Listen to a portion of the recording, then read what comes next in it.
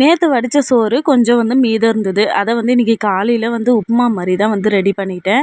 ஒரு பாத்திரத்தில் கொஞ்சமாக தேங்காய் எண்ணெய் ஊற்றிக்கிட்டேன். அதுக்கப்புறம் சின்ன வெங்காயம், பூண்டு, பச்சை மிளகாய் இது மூணுத்தையும் நல்லா பொன்னிறமாக வர அளவுக்கு நல்லா வதக்கி எடுத்துக்கணும். தேவையான அளவு உப்பு சேர்த்துக்கணும்.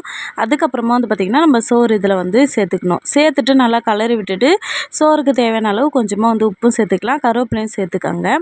இப்போ நல்லா கலரி விட்டு எடுத்தால் சோறு உப்புமா ரெடி ஆகிடுச்சு. கேரளாவில் எல்லாருமே இப்படி செய்வாங்களான்றது எனக்கு தெரியல. பட் ஆனால் எங்கள் வீட்டில் சோறு மீதமாக இருந்ததுன்னா இந்த மாதிரி தான் செய்வோம். டேஸ்ட்டு ரொம்பவே சூப்பராக இருக்கும். எனக்கும் எங்கள் மாமியாருக்கும் மட்டும்தான் சோறு உப்புமா செஞ்சுருந்தேன். எங்கள் வீட்டுக்காருக்கு தனியாக தோசையும் அதுக்கப்புறம் கார சட்னி செஞ்சுருந்தேன்.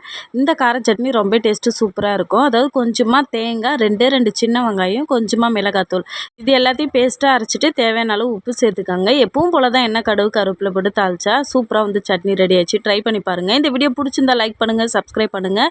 வீடியோ பார்த்ததுக்கு நன்றி.